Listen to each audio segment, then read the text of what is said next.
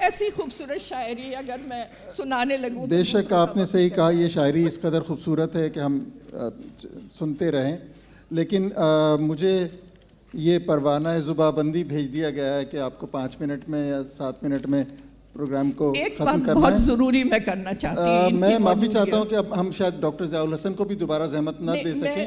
میں اختر درگاہی کی موجودگی میں ایک پوائنٹ کہ انہوں نے کہا ہے کہ سندھ میں جو شاعری ہے وہ صوفیہ کے ذریعے پروان چڑھی، سندھ میں شاعری مرثیوں سے بھی پروان چڑھی، جس میں بہت اہم نام ثابت علی شاہ ثابت کا ہے، اور پھر جس پر انہوں نے کام کیا ہے ان کا بھی ذکر سنیے، قادر بخش بے دل کا۔ یہ 2 شاعروں پر آپ اگر چاہیں تو ان سے تھوڑی سی جی اگر وقت ہوتا تو ہم یہی گفتگو جاری رکھتے، لیکن جیسا کہ آپ کو پتہ ہے یہ ایک فیسٹیول ہے، اس کے فوراً بعد ایک دوسرا سیشن یہاں پر ہونا ہے۔ میں یہ چاہتا ہوں کہ اب ہم مسند صدارت کی جانب چلیں اور ڈاکٹر نجیبہ عارف سے یہ گزارش کریں کہ وہ اس گفتگو کو ذرا سمیٹیں۔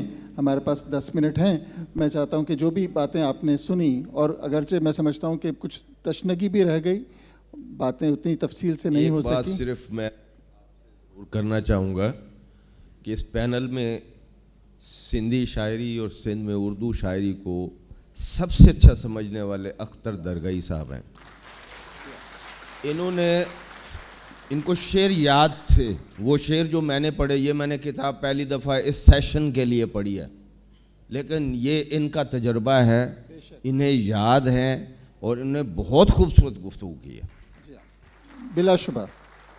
تو ڈاکٹر نجیبہ عارف صاحبہ اگر آپ سمیٹ سکیں گفتگو کو۔ کہ حضرت سچل سربس کے بہت سے اشعار مجھے بھی یاد ہے، اور ان کی زمین میں میں نے ایک ریختہ کہی ہے، تو وہ اشعار 2 اشعار سنا دوں ان کے۔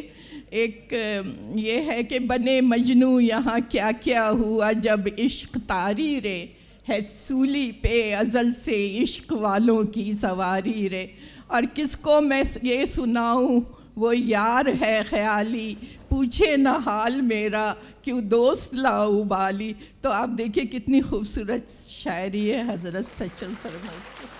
بس شکریہ۔ آپ کی آواز نہیں آ رہی، یہ آپ کا مائک یہ کھول کے ہو گیا۔ ٹھیک۔ بہت شکریہ ڈاکٹر صاحب، بہت مفید گفتگو ہوئی، بہت معلومات افزا گفتگو ہوئی اور بہت فکر انگیز گفتگو ہوئی۔ سچی بات یہ ہے کہ معلومات کے حوالے سے اور علم کے حوالے سے میں شاید ہی اس میں کوئی اضافہ کر سکوں، لیکن اس موضوع کے حوالے سے 1-2 باتیں میں اپنے سامعین سے شیئر کرنا چاہتی ہوں، خاص طور پر نوجوانوں سے جو یہاں بیٹھے ہیں۔ کچھ سال پہلے کی بات ہے، میں تھائی لینڈ سے بینکاک سے سوار ہوئی ایک جہاز پر اور کوریا جا رہی تھی۔ تو جب جہاز کا دروازہ بند ہوا اور سب مسافر بیٹھ گئے اور جہاز چلنے لگا تو بہت شور تھا آوازوں کا۔ میں نے پیچھے مڑ کر دیکھا تو اس پورے جہاز میں صرف میں اپنی نوعیت کی ایک مسافر تھی، باقی سب مسافر یا تھائی بول رہے تھے یا کورین بول رہے تھے، اور ان کی آوازیں اتنی اجنبی تھیں کہ میں ایک لفظ بھی سمجھ نہیں پا رہی تھی۔ میں اس ایک لمحے کی دہشت اور اس کے سہم کو بیان نہیں کر سکتی جو اجنبی آوازوں کی وجہ سے مجھے محسوس ہوا، اور مجھے لگا کہ دروازہ بند ہو گیا ہے، اب میں باہر بھی نہیں جا سکتی، میں کہاں گھر گئی ہوں۔ لیکن تھوڑی دیر کے بعد جب وہ معاملات ذرا سیٹل ہوئے، آوازیں ذرا کم ہوئیں، شور کم ہوا اور لوگوں نے آپس میں گفتگو کرنا شروع کیا، اور میں نے دوبارہ پیچھے مڑ کر دیکھا تو مجھے ایسا لگا کہ ہر سیٹ پر بیٹھے ہوئے مسافر آپس میں جو بات کر رہے ہیں میں اسے سمجھ رہی ہوں۔ اس کی وجہ یہ تھی کہ ان سب کے ایکسپریشنز میں، ان کے تاثرات میں، اور چونکہ وہ ایک دوسرے سے بات کر رہے تھے تو ابلاغ کی وہ قوت تھی جو مجھ پر بھی اثر انداز ہو رہی تھی۔ تو اجنبی زبان کا سہم یا دہشت بہت ہوتی ہے، لیکن تھوڑی دیر تک۔ اور میں نے اس سے یہ سیکھا کہ زبانیں محض الفاظ ہوتی ہیں، اور الفاظ کے پیچھے جو معنی ہیں وہ مختلف زبانوں میں ایک جیسے ہیں۔ ہر زبان میں درد ایک جیسا ہے، ہر زبان میں خوشی ایک جیسی ہے، اس کا اظہار ایک جیسا ہے، ہر زبان میں سوال ایک جیسے ہیں، ہر زبان کی حیرانی ایک جیسی ہے. تو سندھ میں اردو کا جب ہم تصور کرتے ہیں، اور ابھی جو آپ نے پہلا سوال کیا تھا کہ کیا وجہ ہے کہ سندھیوں کی اپنی ایک زبان تھی تو انہوں نے اردو میں کیوں شاعری کی، تو میں سمجھتی ہوں کہ زبانوں کا ایک سے زیادہ زبانوں پر قدرت رکھنا بہت بڑی طاقت ہے. اس طاقت کو شاید پہلے اتنا نہیں سمجھا جاتا ہوگا، لیکن موجودہ زمانے میں تو استعمار نے اس طاقت کو استعمال کیا ہے، اور زبان کے علم کے ذریعے استعمار ان قوموں پر غلبہ حاصل کر رہا ہے. ہمیں بھی یہ سمجھنا چاہیے کہ پاکستان کے اندر جو زبانوں کی کثرت ہے یہ ہماری کمزوری نہیں ہے جیسے اکثر لوگ سمجھتے ہیں، اور وہ یہ سمجھتے ہیں کہ یہاں تو چپے چپے پر زبان بدل جاتی ہے، لوگ بدل جاتے ہیں. یہ تو ہماری قوت ہے، یہ ہماری طاقت ہے، یہ ہماری ثروت ہے کہ اس پاکستان میں ایسے کلچر موجود ہیں جہاں لوگ مختلف زبانوں میں بات کرتے ہیں، لیکن ان تمام زبانوں میں کی جانے والی باتوں کے مطلب ایک جیسے ہی ہیں. ہم سندھی کو دیکھیں، اردو کو دیکھیں، پنجابی کو دیکھیں، بلوچی کو دیکھیں، براہوی کو دیکھیں، پشتو کو دیکھیں، چند علامتوں کا فرق ہو سکتا ہے، آوازوں کا فرق ہو سکتا ہے، لیکن مفاہیم کا فرق نہیں ہے.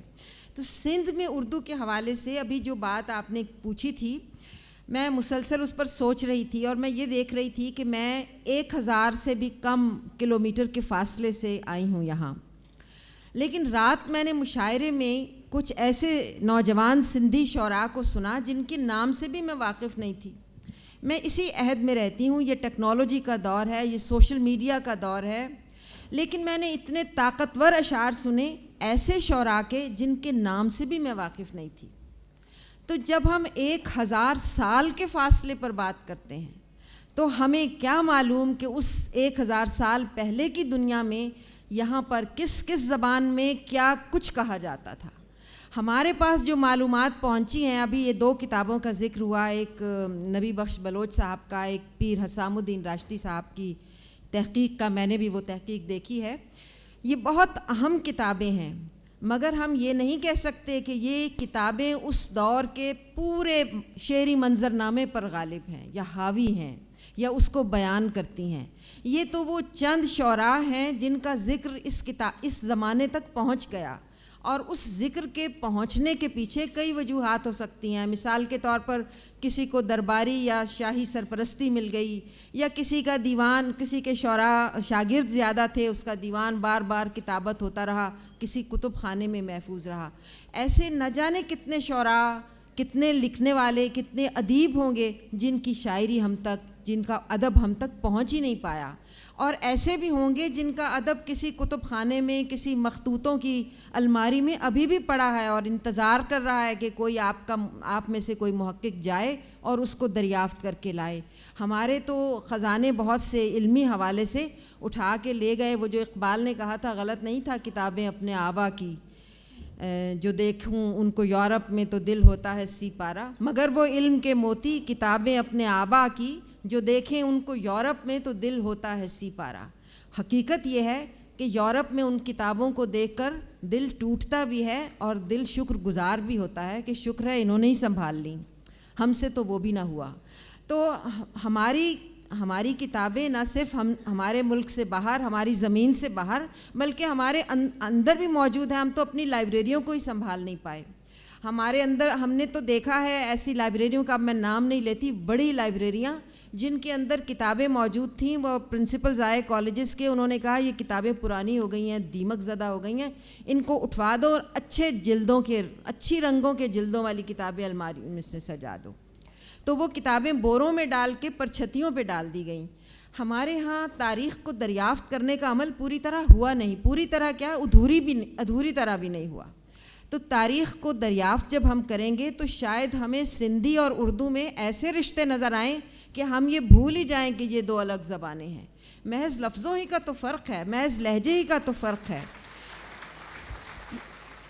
تو میں سمجھتی ہوں، میں آخری بات کہتی ہوں کہ بہت اہم جو اشارے ہوئے یہاں پر، اختر صاحب نے جو بات کی وہ بہت اہم تھی کہ اردو شاعری کا آغاز بھی بابا فرید سے ہوتا ہے، لیکن یہ وہ ہے جو معلوم ہے. ہو سکتا ہے اس سے پہلے بھی کوئی ہو جو معلوم نہیں ہو سکے.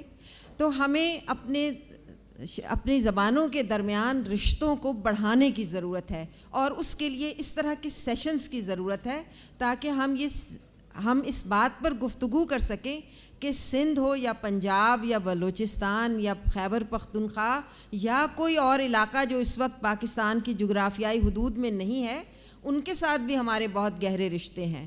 مثلاً بنگلہ دیش جسے اب ہم کہتے ہیں, کسی زمانے میں وہ پاکستان تھا, اس سے پہلے وہ بنگال تھا, لیکن ان کے ساتھ بھی ہمارا رشتہ ہے. ابھی انعام ندیم صاحب نے جو بنگالی ناولوں کا ترجمہ کیا ہے, وہ ترجمہ میں سمجھتی ہوں کہ انگریزی ترجمے سے بہت بہتر ہے, اس وجہ سے کہ ہمارا کلچر ایک ہے اردو اور بنگالی کا, اور اردو میں جس طرح بنگالی زبان کی ادب کی روح سموئی گئی ہے وہ انگریزی میں نہیں سموئی جا سکتی تھی. اسی طرح بیپسی سدھوا کے ایک ناول کا ترجمہ محمد عمر میمن نے کیا, وہ ناول انگریزی میں لکھا گیا تھا, مگر اس کا اردو ترجمہ جس طرح اس ثقافت کو لاہور کوئی اور انگریزی میں نہیں اوریجنل نہیں کر سکا. تو زبانوں کے درمیان فاصلے, زبانوں کو اپنے درمیان فاصلہ بڑھانے کا ذریعہ نہیں بنانا چاہیے, زبانوں کو فاصلہ مٹانے کا ذریعہ ہونا چاہیے. اگر وہ فاصلہ بڑھائے تو وہ اپنے منصب سے گر جاتی ہے. زبان کو اس کے منصب پر فائز رکھنا چاہیے, کیونکہ یہ دلوں کو دل سے جوڑنے کا کام کرتی ہے. بس اتنا ہی مجھے. بہت بہت شکریہ خواتین و حضرات. ڈاکٹر نجیبہ عارف کی اس فکر انگیز بات پر ہی ہم اس سیشن کا اختتام کرتے ہیں, اور اس سیشن سے اور جو کچھ ہم نے حاصل کیا اس سب سے زیادہ تو وہ تشنگی کا احساس ہے جو کم از کم مجھے بہت ہو رہا ہے کہ ابھی ایسی بہت سی باتیں تھیں جو ہم کر سکتے تھے, لیکن وقت کی تنگی کی وجہ سے نہ صرف یہ کہ ہم مزید گفتگو نہیں کر سکے, بلکہ بدقسمتی سے میں آپ سے سوال جواب بھی نہیں لے سکوں گا, کیونکہ بار بار مجھے تنبیہ کی جا رہی ہے کہ وقت پہ سیشن کو ختم کر دیں. تو میں معذرت خواہ ہوں کہ ہم آڈینس سے, سامعین سے کوئی سوال نہیں لے سکیں گے. تو اس ناخوشگوار بات کے ساتھ آپ سب کی آمد کا بہت بہت شکریہ.